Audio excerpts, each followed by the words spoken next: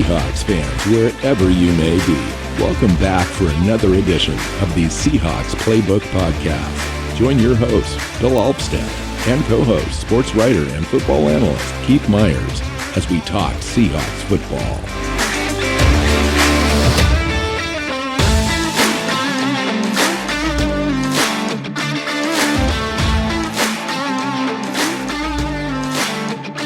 Seahawks fans, welcome back to another edition of the Seahawks Playbook Podcast. I'm your host, Bill Alvstad, sitting down with Keith Myers. Welcome to our show. Welcome to the Pigskin Podcast Network. We're pleased to be affiliated with that brand, and going forward, we'll have a lot of different things to introduce there and to kind of help us spread it out a little bit. And today, Keith, we are talking about the regular season schedule, and we're going to do some predictions. So it should be a lot of fun. We'll kind of see where we land at the end. This is the 5th annual prediction show where we go game by game through the schedule and make predictions that, you know, include a whole bunch of variables that don't exist. Like, you know, we can't account for injuries or, you know, any other random stuff that happens, but we do it anyway because it's fun. And surprisingly, you are really good at this. And I am less good at it, but I still have managed to be fairly close every year. I don't like the way that you said surprisingly. Well, I'm surprised that anyone on earth, under these circumstances and lack of you know, the knowledge of things that you need to know, like who got hurt in week 4 and I know it is crazy. But surprisingly, without any of that information, you are still really good at this. And I think haven't you been right the last like 2 or 3 years, where you've just been straight up with the right prediction? The only time I really missed was that season that was the transition season. So I think it was 2018, where I thought that they were going to be 9 wins or something like that, and they ended up winning, or 8 wins, and they ended up winning 10, making the playoffs. Yeah, and I was like, wow. You had 8. I think that year I had 7, because we both saw, you know, like, this is the transition year. This is the rebuild year where you're going to have one down year. And they did have a down year with 10 wins and a playoff berth. Right. And we saw the floor. I mean, that was the floor of the team, really. Yeah.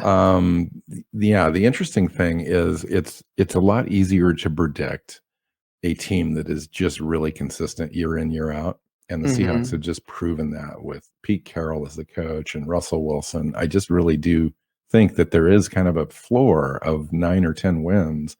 And so when you only have to make adjustments on 3 or 4 possible wins or losses in the entire schedule, it seems like it's easy to kind of get into that pocket. And I kind of feel that way about this season as well. When you really look at the schedule, it could go a couple of different ways. It really could. We've got a new offensive coordinator. It makes things interesting. Obviously, new players every year and so forth. But on paper, to me, everything lines up to where I think we're still going to be a top 5 offense, and I think we're still going to be real close to a top 10 defense. And that puts you into a win category that is fairly predictable. So, you mentioned a close to a top 10 defense, so somewhere between 10 and 15, right in that range. There's been some movement at the cornerback position, including projected starter Akella Witherspoon, who looked really good throughout camp, is now a member of the Pittsburgh Steelers, traded for a 5th-round draft pick. And instead, they brought in, let's see, what's his name? Bless Austin. Bless Austin. Which is actually Blessuin Austin, which is why I was like, wait, what was that name again? But no, he was projected to be the starter for the Jets, and then had a really bad joint practice against Green Bay. Yeah, Green Bay and Aaron Rodgers. I'm going to say Brett Favre there for a second. I know you were. Hello, let's go back in time a little bit. No, Aaron Rodgers and stuff. And so right before, you know, when we were, you know, kind of dealing with some tech issues before we hit record, I just kind of read through, and it sounded like he was cut not for like performance issues or anything that, but it was just more of an immaturity, and they just weren't, the new coaching staff there just didn't want to deal with him pouting and that kind of stuff. So they cut him, and Seahawks signed him. And apparently a good player, but we'll see how long it takes him to. We'll see. Yeah, Yeah. we'll see. I mean, we'll see where he fits, whether they want to put him on the boundary or he's competing in a slot situation. It's, I didn't spend a lot of time looking at him, but I just find the whole thing, to be completely honest, kind of disappointing in the way that they've approached the defensive back situation this year. I when they moved on from Griffin, immediately they needed to have a better, solid plan, I think. And they were counting on DJ Reed. That's great. That's fine. They had an opportunity to draft a couple of different players in the second round there in the draft to address this need first and foremost. They chose to go to, in a different direction. That's fine. I think Eskridge is probably going to end up being an awesome player long term, but you really left your back end of your defense vulnerable by the approach that they had, signing Witherspoon. He hadn't completely proven that he was going to be an answer, not only in San Francisco, but a new team in Seattle. That proved out. And now we're just kind of scrambling. It certainly wouldn't surprise me if we're not done there yet. And it wouldn't surprise me at all if we make a similar trade, mid-season trade, same as we did with Dunlap, to really address this issue. And I just read a little clip too that Stephon Gilmore is still being made available out of New England. And I think, maybe it's time that we actually stepped up and realized that we have a real chance to get deep in the playoffs this year and solidify that situation. But that's just me. Yeah. The other thing, I think you brought this up when we were talking a couple of days ago, that Richard Sherman was in headquarters. Now, that may not mean anything, because as a guy that earned a few not just Pro Bowls, but all pros in a Seahawk uniform, he's kind of got an open invitation to come in and that wouldn't cost us anything, right? So that wouldn't cost us anything. You're going to end up having to pay Richard Sherman probably close to $10 million with incentives and all that kind of stuff for a single season. And I think it's worth it at this point. If you truly believe you're Super Bowl bound, or at least in that conversation, you make a move like that with the situation that we currently have, because you have to lock that thing down. Yeah. Everything kind of left the news cycle. So we don't really know what's going on with him and his, the legal issues that he ran into with, him trying to get into his in-laws' house and all that nonsense. But, if he's available to play and he's healthy, the team could do far worse than bringing him in, especially on an incentive-laden deal. So he's okay. You're going to make $2 million in salary, but there's $10 million available if you come in and ball out. If he'll take that, especially since right now he's looking at earning nothing because he's not on a roster, and he's probably untouchable to a few teams at this point. But there's some familiarity with the Seahawks, and I think it would be a good fit. I think we should be doing it. Yeah. Really? So it's a possibility. It's definitely a possibility. So we've got a big show. We like to talk. We've obviously talked now for about 8 minutes on stuff that's completely unrelated to the regular season schedule. I know. So let's just hop right into it. We've made it. We've finally made it. The off season has now landed us the week before the first game of the season. It's time to have this show. It should be fun. So let's just kind of go right through it.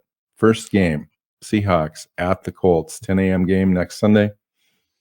Carson Wentz has kind of had a rocky start here in the offseason with his new ball club, but this is going to be his regular season debut with the Colts.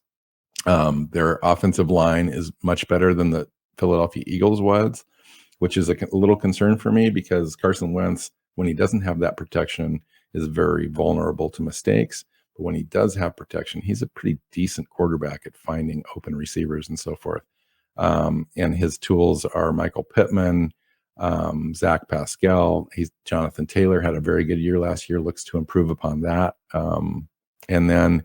But Taylor, while picking up close to 1,200 yards, is going to face a Seahawks defense that last year finished 5th against the run last year, with 3.9 yards per carry allowed. So, and you take a look at the other side of the equation.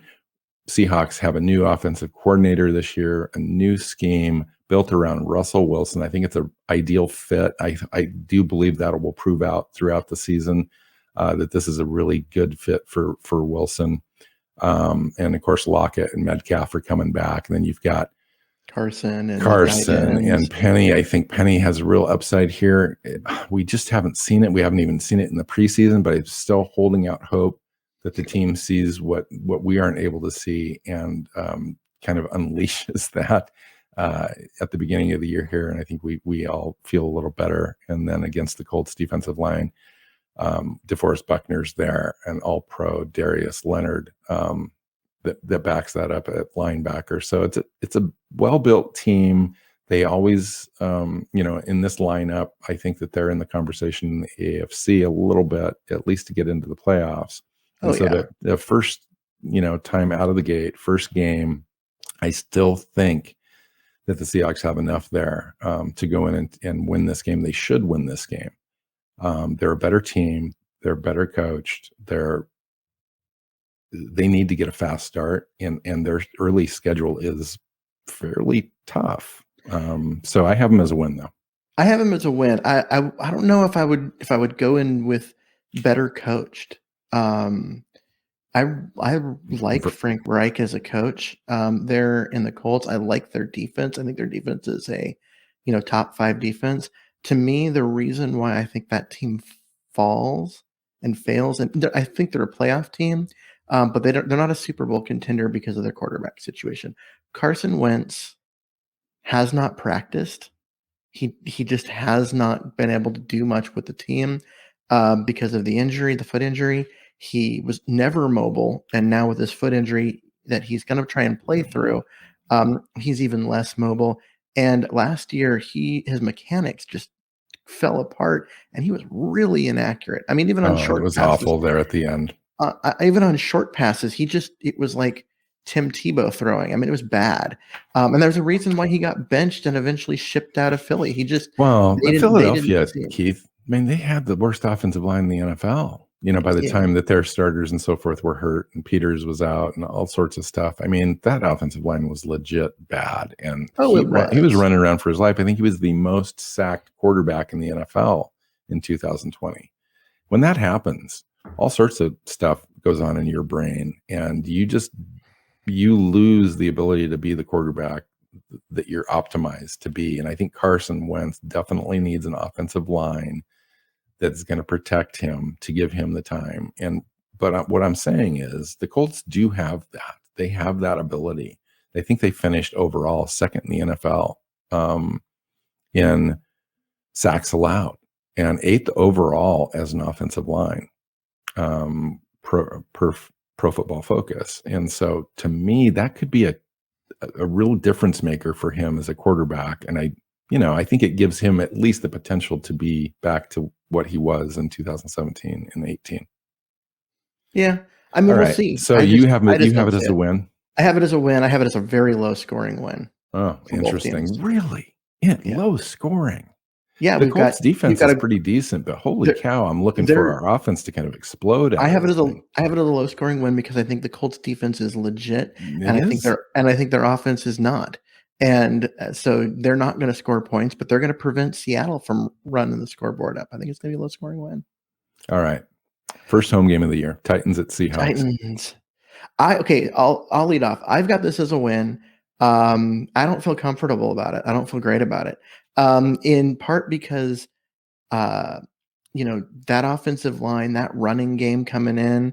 I know the Seahawks are really good against the run by design, and the way they play their defensive tackles and everything. It's a strength on strength kind of matchup, but the Titans have a way of running on teams that are good at stopping the run. Derrick Henry has a way of running on teams. Well, yeah, but he's a beast. But it's not just he is absolutely a beast, but it's not just him. The offensive line is great, and it's such a good they're so good at opening holes. Their defense is solid too. It's maybe down a little bit from last year, but that's okay. I just look at. But they picked up Julio Jones. Yeah. I think that really is a difference maker for them. Plus AJ Brown, Josh Reynolds, they picked up from the Rams. Ryan Tannehill, though, it's one of those things. I'm not enamored with Tannehill. Same draft as Russell Wilson, but I think that Tannehill he runs into perception problems because he played for Adam Gase for too long. Mm-hmm. And it's no mistake that the moment he got out of the Adam Gase world, he began to look like a starting quarterback and has That's been very true. one of the more efficient quarterbacks in the NFL since escaping, that situation that Yeah. he was in. I still think it's a win for Seattle. I think that the Titans defense isn't as good as the Colts, and I think that that's going to allow Russell Wilson and the Seahawks offense to start to really show what they can do and put up points. And I don't know if um, the run first offense that the Titans have can keep up with Seattle's ability to score points. Yeah, and we could have that conversation a few different times this year about teams trying to keep up with Seattle. That's going to be an interesting to watch. Okay, so I've got them down as a win as well for a lot of the same reasons, and I'm not going to rehash that. Let's move on. Seahawks at Vikings on September 26th, third game of the season. This is an interesting matchup, but I always like the Seahawks against the Vikings. There's just something about that matchup where we seem to be doing really well historically. The Vikings have a way of finding ways to lose against Seattle. They really do. That is absolutely true. And there's a lot of familiar names going on in with the Vikings. Kirk Cousins is there. You and I have both shared an opinion of Kirk Cousins that he's a really good overall decent quarterback who's more of a game manager kind of guy, similar to Jared Goff, only less mistake prone, but he's not going to really go get a win when the game is on the line. But I really love Dalvin Cook. They've got a great receiving core, and their defensive line is kind of where it's at, plus Anthony Barr at linebacker. It's a decent team with not a lot of star power. I do see them falling off a little bit this year. A lot of folks seem to think that they're going to be up there and being competitive with Green Bay and so forth. I don't see it. I think that they're maybe a 10-win team in a 17-game season, and I don't think that's going to be enough. So I have it as a win. Okay. So where are you? I have it as the team's first loss. Ooh. We strongly disagree. Yeah, but it is on the road. It's on the road. It's the Vikings, and I think that at some point the Vikings they're going to find a way to avoid the stupid mistakes at end of games that give Seahawks wins when the Vikings have looked like the better team, or at least they've played better on that day. Because it's been like the last 4 times these teams have played that it felt like the Vikings had the better day, but Seattle came away with the win because the Vikings just did something dumb. And at some point, they have to exercise those demons. And so I went with a win, with a loss, and I don't feel great about that. But you know what? You got to pick losses at some point. You can't. I'm not going to have them going 17-0. So that's what I did. I'm really curious about this next game, like how we kind of predicted this. So again, Seahawks go on the road, which is a familiar theme at the beginning of the year here, which could be a make or break time, for this team. Seahawks at 49ers, October 3rd, going to be the 4th game of the season. I have it down as a loss, and we can go over the 49ers a little bit, but the real interesting thing this year for them is the transition on quarterback. Garoppolo seems like he's going to be the guy, but Trey Lance showed an awful lot in the preseason that scares the crap out of me for the future.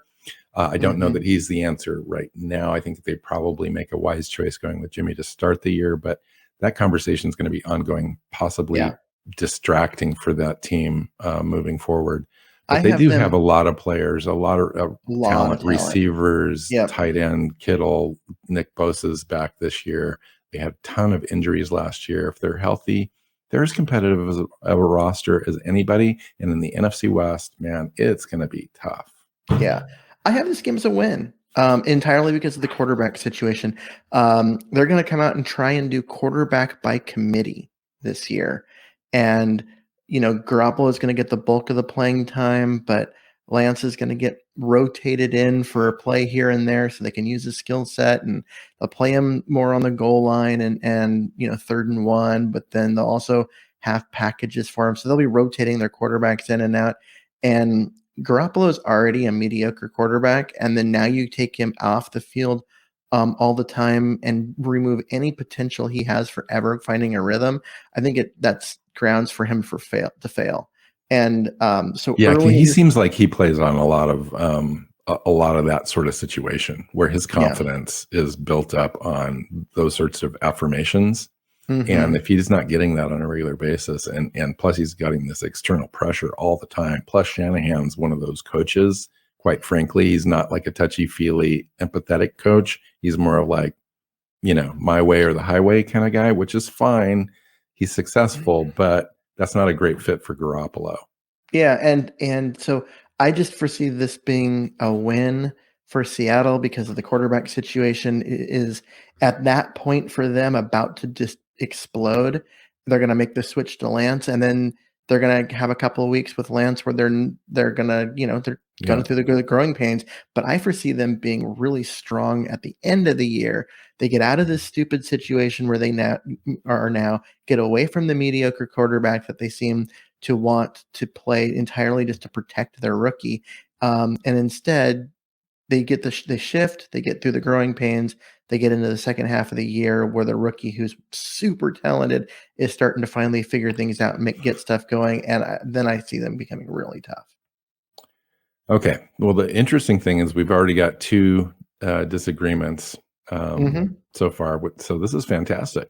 I know. A couple of years ago, we were like, we got down to the final game or something. We were all lined up. Okay. So first nationally televised game of the year, Seahawks at the Rams. So we're on the road yet again. So the fifth game of the year, and it's 4 road games. Yeah. Yeah. And so October 7th, afternoon game on Thursday Night Football at the Rams. I've got it as a win. There's a lot of variables, though. When you take a look at the roster the Rams are putting on the field this year. So they jettisoned almost their entire coaching staff in the offseason. So everything is kind of rebuilt. Yeah. Well, I mean, everyone got picked off there. They had a great coaching staff, including our guy. But Matthew Stafford is really the equation changer on this roster. If you take a look at this offense built with Matthew Stafford versus Jared Goff, it's got a heck of a lot more potential. So it was already fairly solid in a unspectacular sort of way. And now they add a little bit of spectacular to the equation, a little, the ability to throw, from different throwing angles and all that stuff. Matthew Stafford is an expert at that sort of thing. I think it'll put a little bit more pressure on the defense. The cool thing about our defense is that we've got players that actually help us with that. Guys like Marquise Blair coming back, Jamal Adams. You got Taylor on the outside edge and Kerry Hyder. And it just seems we have a little bit more speed. I think that helps neutralize some of that. But Cam Akers is out for them. They went out. Obviously, they've got Darrell Henderson, but they went out in a trade and picked up Sony Michel, which I think is an adequate pickup for them, a guy that's a placeholder, probably a better replacement value situation than going with a guy like Adrian Peterson or somebody else that's ancient out there. Sony Michel is unspectacular, but he does a lot of things well. He's a good receiver out of the backfield. He's good at blitz pickup. If you need him to, he's an adequate runner. He's not going to light the world on fire, but he does everything well. Just not great at anything.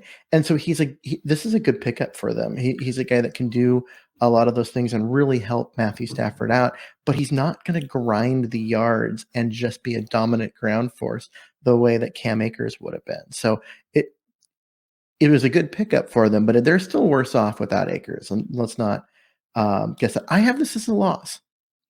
Because I think that the Rams roster is extremely top heavy.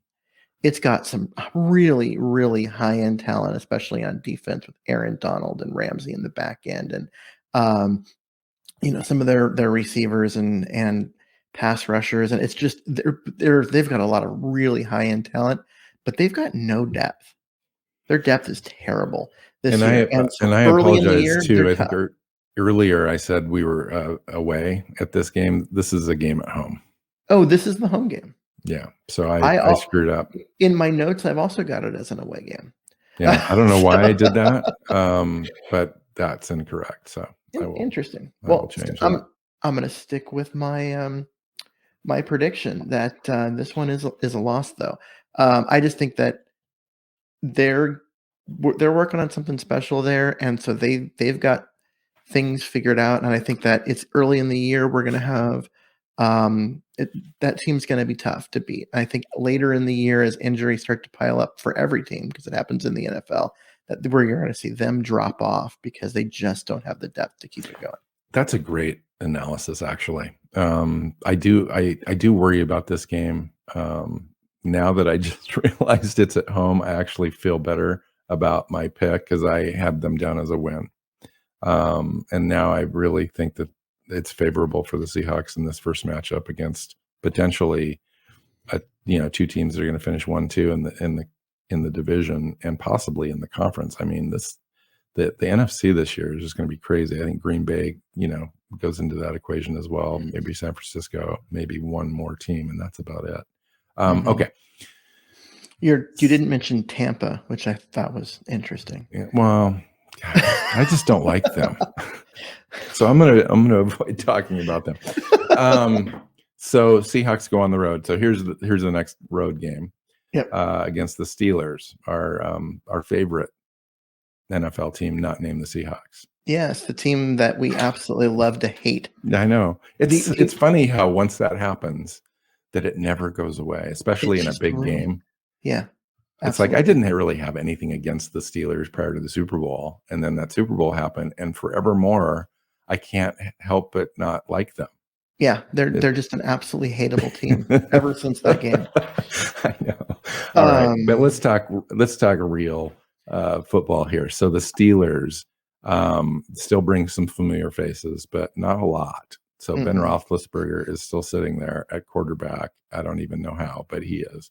But Juju Schuster-Smith, their wide receiver, Najee Harris is a great pickup out of the draft from Alabama in the draft. I think he's going to really actually help them and help take some pressure off Roethlisberger a little bit. And on the defensive side, everything's kind of led by TJ Watt, who we had a chance to draft and passed up on. So what do you think of this game? It's on the road. Steelers seem to be diminishing overall, but when you take a look at the national writers and so forth, everyone's kind of still lifting them up a little bit. And I don't know if it's earned or not. I don't really like their roster as much as the national writers do. I think defensively they're good, but not great. There's a reason why they gave up a draft pick to get Ahkello Witherspoon from Seattle. Their back end of their defense is suspect. And their offensive line's taken a hit, and I don't know if the ghost of Ben Roethlisberger is still able to lead a team to wins. I mean, his arm talent is greatly diminished, at least based on what we saw last year. I was kind of surprised they brought him back. I mean, his contract was expiring, and I figured it would be a great opportunity for them to move on. But there wasn't a ton of situations available for them. If they weren't going to be able to go out and get one in the first round of the draft, it really dropped off for them. And then the free agency market there wasn't much there either. It was tough. And that's why you saw the trade chatter last so long for Russell Wilson, because teams were pretty desperate. But yeah, I see this as a win. It's a Sunday night football game on the road. October 17th. We don't have to worry about the weather necessarily, as far as it being cold or anything like that at all. It should be a great, perfect night for football. And I see Seattle going in there and really just taking it. And at this point, I think everything starts to become in sync for the Seahawks. The offense now is well adjusted to the new scheme. You're starting to see players like D. Eskridge increase their usage, and Russell Wilson becoming comfortable. A guy like Gerald Everett is starting to emerge. And I think the weapons just kind of start to overwhelm teams. And you mentioned earlier that teams are going to have a hard time keeping up with the Seahawks. I think this is kind of where it starts, where we enter a run of games now where we just start really imposing our will on teams offensively. Yeah. Yeah, I mean, I'll just leave it at that because I just think that Pitt's not. They aren't the special team that people seem to want them to be because they're still looking at guys like Roethlisberger being at their peak, and he's well past it. So let's move on. New Orleans is the following week. It looks like in theory a rebuilding year for them. Drew Brees is out, and so they're like, okay, they've got to make that transition. But talk about landing on your feet, getting Jameis Winston in there. He was been a backup for a year, a chance to learn from one of the best ever in terms of preparation and stuff and how to be a pro and all of that. And you're not suggesting that Jameis Winston's going to come into Russell Wilson's home and like hand it to him, are you? Hand it to him? No, but I didn't think they pull out a win. I think this is a win for them. I think that everyone looks at Jameis Winston and the year that he threw, what was it, 40 touchdowns and 30 interceptions and go, yeah, he's not an NFL quarterback. But I think he's had a chance to be humbled. He's in a situation where he doesn't have to play hero ball all the time and force the ball. And he's got an offense with Sean Payton that is going to play to his strengths. And that offense in New Orleans has worked the last couple of years, despite the fact that, Drew Brees' arm was non-existent. I mean, they couldn't run half of their offense because Brees just had reached that point in his life where he just couldn't throw the ball like he used to. Now they get a guy with insane arm talent in that offense. I think it's going to be a really good fit. I think they're going to be significantly better than people. He may have significant arm talent, but I'm just not so sold on the emotional ability for him to deal with football in the NFL on a weekly basis and really take command of a team and put the team on his back and get wins. I'm not convinced of that. I don't think that he has a history of that. I don't think because he just has a change of scenery that's an automatic given. Well, more than a change of scenery. He's been there for a full year. So when you take a look at just the sheer, so they started up so upside down in free agency and with their cap situation, they were over $100 million in debt before they started. And you're telling me at the time that we were having conversations about the Saints, they were going to have to be so dismantled that they were going to be bottom dwellers for the next 3 or 4 years until they figured out how to rebuild their roster. Are you telling me they rebuilt their roster to a point where they're possibly going to go into Seattle and take a win from a team that's looking like it should be the Super Bowl contending team? I think their roster didn't bottom out as bad as we thought because they were able to move some key pieces, move some money, and keep it as intact. This was a retooling.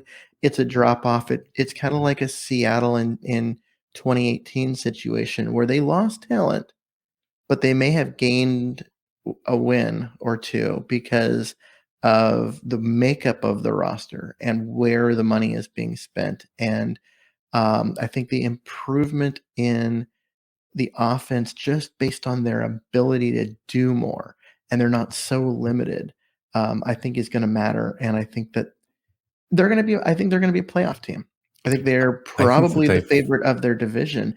And not them, Tampa would be, but they're the favorite to make it as a wild card team out of their division. I think don't they can see it. You don't?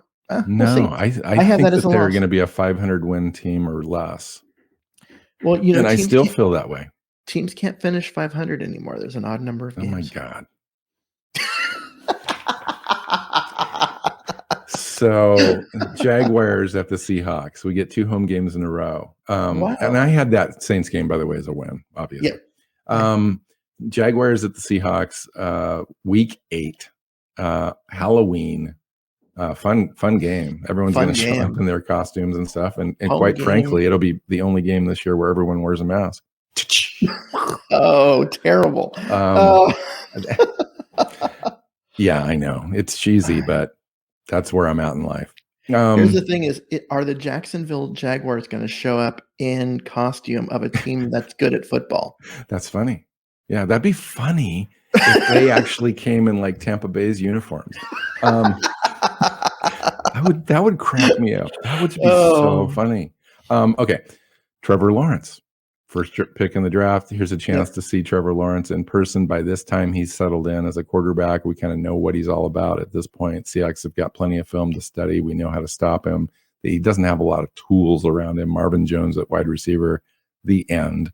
DJ Shark, he's a guy, but he's not special. They got Shaquille Griffin on the other side of the ball.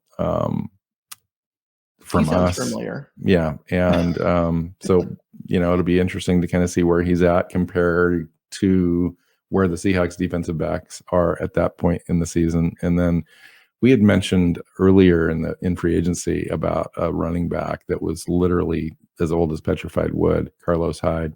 He landed on this roster and he's probably going to get some touches. And as soon as he touches the ball, he'll be the oldest running back to ever carry a football in the NFL. Other than that, I don't expect them to win many more than 2 or 3 games this year. You said Carlos Hyde. Don't you mean Frank Gore? Yeah, I did. You were absolutely right. I was thinking Frank Gore in my brain, and I read Carlos Hyde. Carlos Hyde is there. We're familiar with Carlos Hyde because he was in Seattle last year. I'm sorry. I'm like, Frank Gore with his first carry will be the oldest person to ever get a carry. And I still think he's trying somewhere. I just don't know where. Okay, so I have that as a win. You? Yeah, it's a win. And so we go into the bye week. I go into the bye week with a 7-1 record. That might be a bit ambitious now that I'm looking at it, but there's probably 3 of those games that we just went through where there might be toss-ups, and I'm just kind of giving the edge on those toss-up games to Seattle. That's the difference for me. And I have them at 5-3 at the bye week, which is just horrible for you. It's just horrible for me. Yeah. That's just a complete lack of belief in your team. I can't believe you approach this exercise in kind of a neutral, non-homeristic mode. I'm just embarrassed for you right now. It's like you don't even know me, Bill. This has been so fantastic. This is the first time we've had any disagreement in months. Yeah. I almost feel like after this, I need to go take a shower. It's just one of those. So we are. We have reached 37 minutes. Yeah, it doesn't matter. Of a 30-minute show, and we're halfway through the season. So we're not going to talk about that anymore. Let's pick up the pace a little bit. Right, so bye week, we have the bye week. Okay. Yep. Which is a good time. It's week 9. It's the perfect insert time in the season, right before a huge game. And that huge game is the Seahawks at the Packers. Yes. Probably the game of the year to this point in the season, probably in the NFL. Because this is one of those games that is definitely against 2 teams that it should be there at the end, battling for home field advantage and a bye and getting deep in the playoffs and so forth. The Packers have been more successful getting deeper in the playoffs than the Seahawks. Is this the year the Seahawks can go and establish themselves as a team that can get further in the playoffs and possibly get to the NFC Championship game? I think this will be a game that kind of tells the story on that, but I have it as a loss. Now I want them to go and play well. I think playing well there. Yeah, playing well there would be significant. Getting a win is a bonus, but I do have it as a loss. Just because we mentioned earlier about how we feel about Pittsburgh, where we just hate them. And it's irrational, and it doesn't matter who's on their roster or whatever. It's just we genuinely hate them. That is how the Packers feel about Seattle, and it has to do with the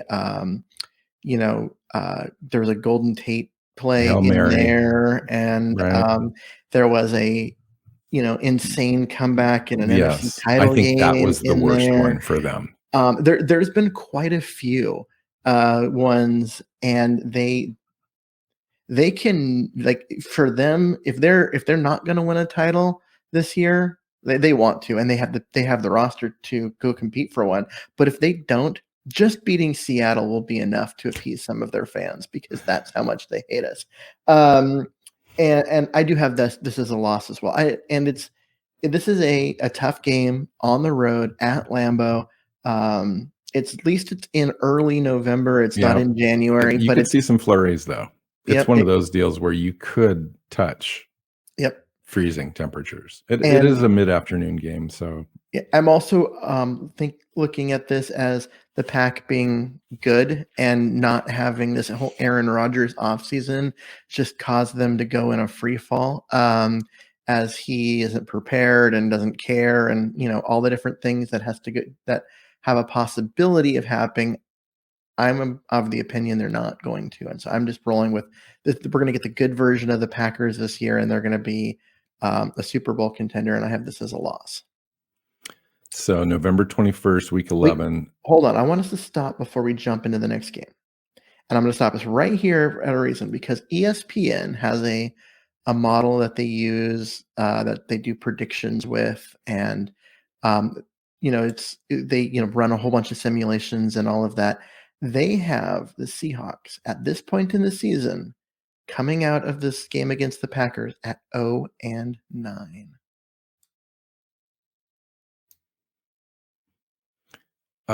Next game. And Cardinals. For the first time ever, I have left Bill speechless. Yeah, that doesn't even that requires no response whatsoever. Cardinals at the Seahawks, so it's a division game. Week 11. It's a evening game, which plays right into Seattle's wheelhouse. I've got it as a win, facing a team that's improving, but yet unproven, that they can make that push. Now, I think that they have the ability. When you take a look at their roster, I really like their roster. I like the way that they're building the roster. The problem isn't the roster. Yeah, but I think the problem is the guy on the sideline commanding. Yeah, I know, and I'm not completely convinced that he's not a good coach. I am. But we'll see. We'll see how he commands that team. Or the void of leadership that you sense can be filled by a guy that's maturing like Kyler Murray, to be able to come in and like just take over a team. Basically, he has the ability. Immaturity and decision making has come in his way a little bit prior to this season, but it seems like everything is really starting to line up for him. He's got all the weapons that he needs now. The offensive line is improving, and the defense is pretty legit. So, but nonetheless, I've got this at the Seahawks as a win. I also have it as a win. Following week against the nameless Washington football team, which is rebuilding and is talent deficient in many positions, I think the Seahawks get an easy win there. Okay. I do too. Okay. 49ers at Seahawks. This is the previous game was a Monday Night Football game against Washington. This is a NBC game, Sunday Night Football. 49ers at Seahawks. I've got it as a win. Earlier in the season, I had it as a loss. The difference being this is at home. But I think these two teams are really evenly matched. I really do think that. It really does come down to where they're at this time of the year with their quarterback situation. I had the previous one as previous San Francisco game as a win because of the quarterback situation. I said I thought that they made the transition to Trey Lance full time in there, had a few games to work, get through the growing pains. And this is the point where I see San Francisco really solidify. They've got a talented roster. They're going to finally fix the problem at quarterback, and they're going to become a legit team. I have them coming into Seattle and beating the Seahawks. So the interesting thing will be the transition, because how long will they wait? How many games will they lose with Garoppolo there kind of floundering a little bit? I think that we're both kind of predicting that, because I think it's just too much pressure for him. And Lance just waiting like a hawk, just hovering. Like a Seahawk? Yeah, exactly. I really like Lance, and I think if he's a mature quarterback and that Shanahan trusts him, I think that transition comes early in the year. If they wait too long, though, they could come into this game in a desperate sort of situation where they've lost 4 or 5 games and they're really on the playoff bubble and they need wins. That could impact the game. And I don't know exactly how that's going to go. It'll be really interesting to see Shanahan kind of figure that out. But I've got it as a win. Okay. The Texans, probably the most dysfunctional, talent-less team in the NFL right now. Deshaun Watson is still there. He apparently has stopped being the scout team safety and is just no longer and is basically just present but not playing. Are they going with Davis It's Mills weird. No. or Tyrod Taylor? They announced this morning it was Tyrod Taylor. That's a win. Let's just move on. That's a bad team in a bad situation with a whole lot of mess going on. That's an easy win for Seattle. Yep, win. Okay. Then the LA Rams part 2. Seahawks visit the Rams. Seahawks on the road in LA in one of the most friendly road stadiums in the NFL because the Rams don't really have a lot of fans in LA, so they packed that stadium full of about half of their own fans and half the visitor fans. And Seahawks travel well anyway. Yep. And so I'm not worried about it being a road game, but by this point in the year, this top heavy roster has started to show its cracks and holes because it just takes a couple of injuries and now they're playing. They just don't have the depth. They don't have the guys to come in. Maybe I'll try to go travel to that game. That would be a fun game for me to go to. You can still get tickets. It's like a 5-hour drive for me. I think maybe I should try to do that.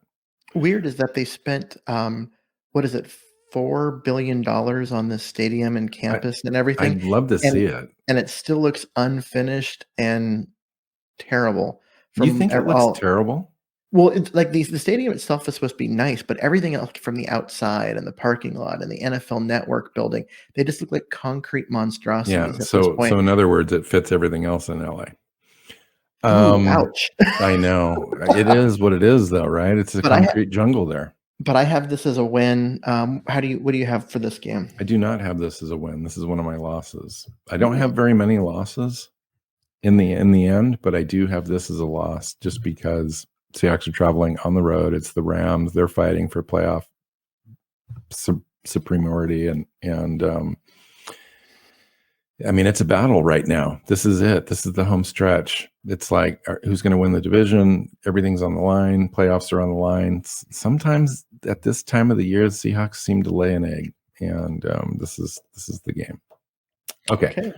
So Bears at Seahawks. This is interesting because the Bears seemingly are improving. They've got a new quarterback. Where are they going to be at as far as the quarterback situation, right? Yeah, because they're starting Andy Dalton at the beginning of the year. Exactly. So they're almost identical to the 49ers in this respect.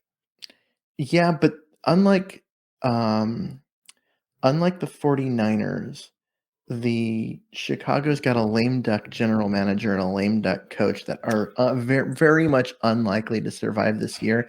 Especially, and they had such an opportunity. All they had to do was name Justin Fields the quarterback, and they would have had like a 2-year operating window where they could have had an extension. And then they created this situation with Andy Dalton, which reinforced their dysfunction. Yeah, and so they're going to come in with Andy Dalton. They're going to lay a few eggs because of Andy Dalton, and then they're going to make the switch to Justin Fields too late. Fields is going to have his growing pains, like every rookie quarterback does. So they're going to drop another couple more games, and they're going to be under 500, at the midpoint in the season. And it's not going to matter. Does that make them dangerous? No, because it makes them with a coach that if he hasn't been fired by this game, the Seahawks will beat them, and then he will be fired immediately after the game. And everyone will know it's coming, and that just makes it worse because players at this point are starting to think about their own career and, where are they going to be next year? Are they auditioning for a new team or a new coaching staff? They're not really doing, they're not really buying into what the coaches are saying anymore because they know the coaches are about to get fired. It's an ugly situation, and I think think it's that bad there. I think it's that bad there. I think that I'm not sure they should have fired the guys last year. And in fact, they came out and said, "Yeah, we're going to give him one more year. And it's like, so you gave him one more year. Everyone knows they're a lame duck. And then you let them pick your quarterback of the future in a situation where. Well, think about how that played out, though.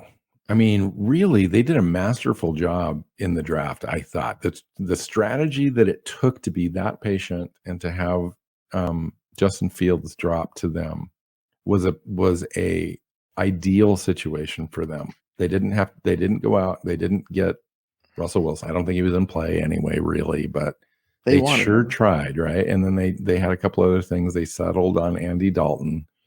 And that draft was just a complete crapshoot. They were willing to move up, I think, and end up getting like Trey Lance, I think is what they wanted.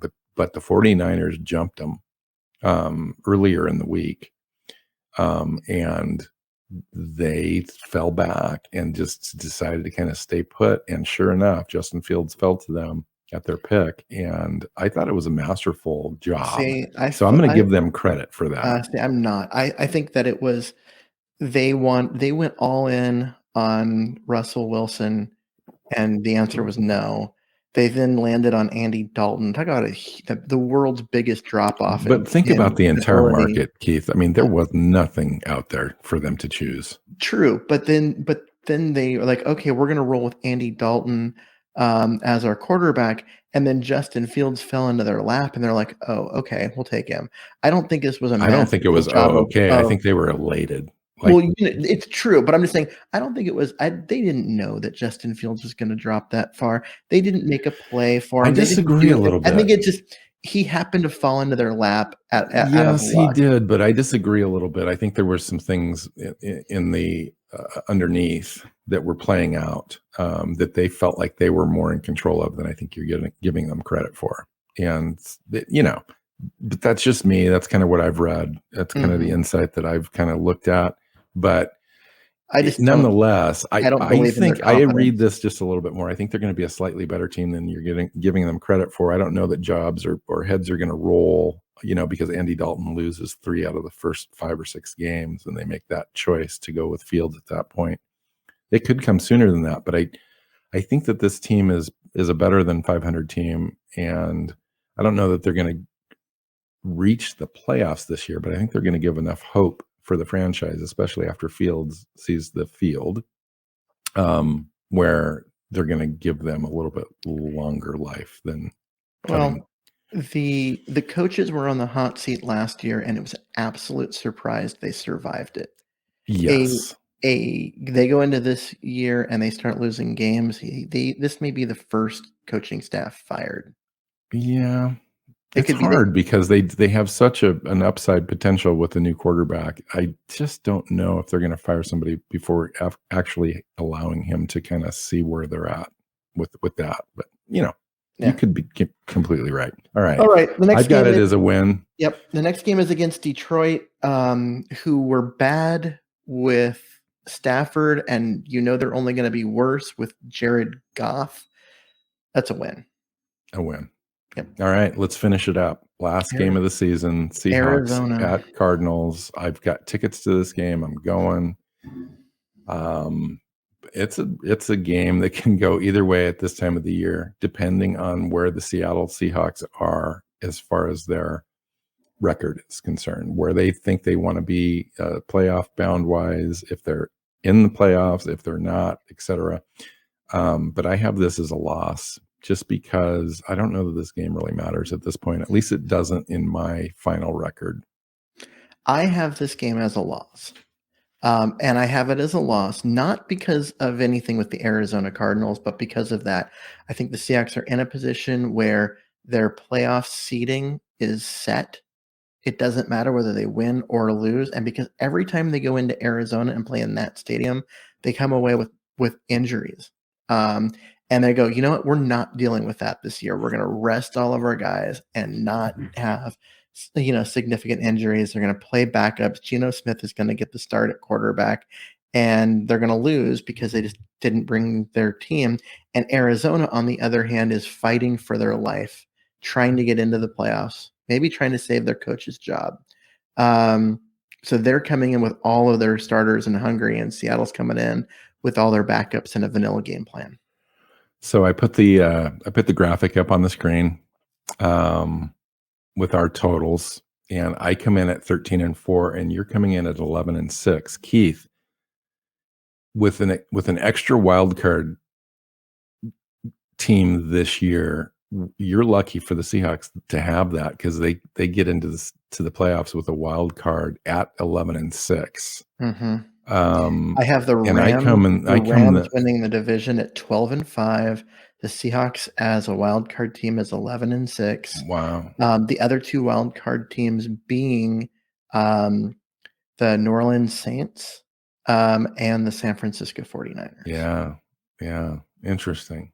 And Arizona fighting for their life, getting that win in week 17 wasn't enough. They still. So you think that the Packers are the cream of the crop?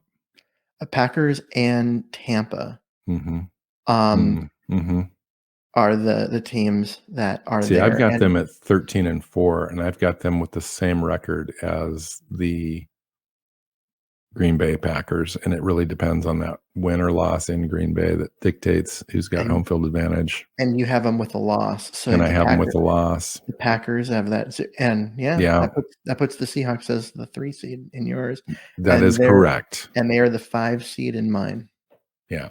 So interesting. Yeah, I think that the team can go either way. I think both those records are possibilities. Obviously, I think it's easier to get to your record than it is to mine. If the team goes 12-5 right between us, which one of us is closer? Is this like Price is Right rules where I win because it's the closest without going over? That's like almost a metaphysical question. I don't have the answer to that readily available, but let me go do some advanced analytics, and I'll get back to you on that. Sure. I think that either way, right, we make the playoffs. Yeah. But you limp in, and I kind of deserve to be there, and we got a legit chance to really kind of go to the NFC Championship game, which could be, looking at this, I don't have the Seahawks limping in, because after the Pack game, I have them going 6-2 down the stretch, with one of those losses being week 17 when they don't play their starters. Yeah, and I have them three losses after the bye. Yeah. Interesting. So I have them getting on a roll and rolling into the playoffs as a team that nobody wants to play. You have, I think, a little bit more of a realistic idea about the start of the year with the schedule, the road heavy schedule that we have. It is very tough, and I have a very optimistic outlook about that. And I admit that you have an optimistic outlook about everything, Bill, not just. Thank you.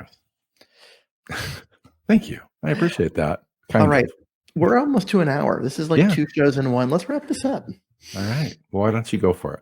All right. So you can follow me on Twitter at Myers NFL. You can follow Bill at NW Seahawk or Northwest Seahawk. You find the show at Hawks Playbook. We're at SeahawksPlaybook.com.